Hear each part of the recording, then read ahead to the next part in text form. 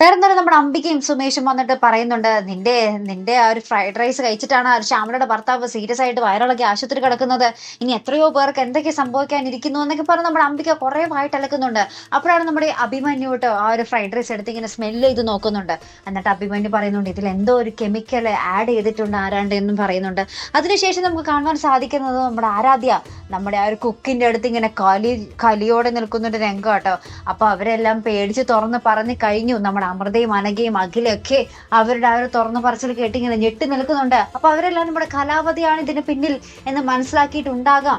അവര് അതും തുറന്നു പറഞ്ഞിട്ടുണ്ടാകുമല്ലോ. അപ്പൊ എന്തായാലും നമുക്ക് കണ്ടു തന്നെ അറിയാട്ടോ ഇനി എങ്ങനെയായിരിക്കും ഇവർ പ്രതികരിക്കാൻ പോകുന്നത്. നമ്മുടെ പഞ്ചരത്നങ്ങളെ വിഡ്ഢികളാക്കുകയായിരുന്നു നമ്മുടെ കലാവധി ഇത്രയും ദിവസം അല്ലെ. അപ്പൊ കലാവധിക്കെതിരെ എങ്ങനെയായിരിക്കും നമ്മുടെ പഞ്ചരത്നങ്ങളും അഭിമന്യവും കൂടി ചേർന്ന് പകരം തീർക്കാൻ പോകുന്നത് അല്ലെ.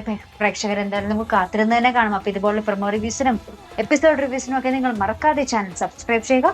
അടുത്തൊരു വീഡിയോയുമായി വരുന്നത് വരയ്ക്കും ഗുഡ് ബൈ.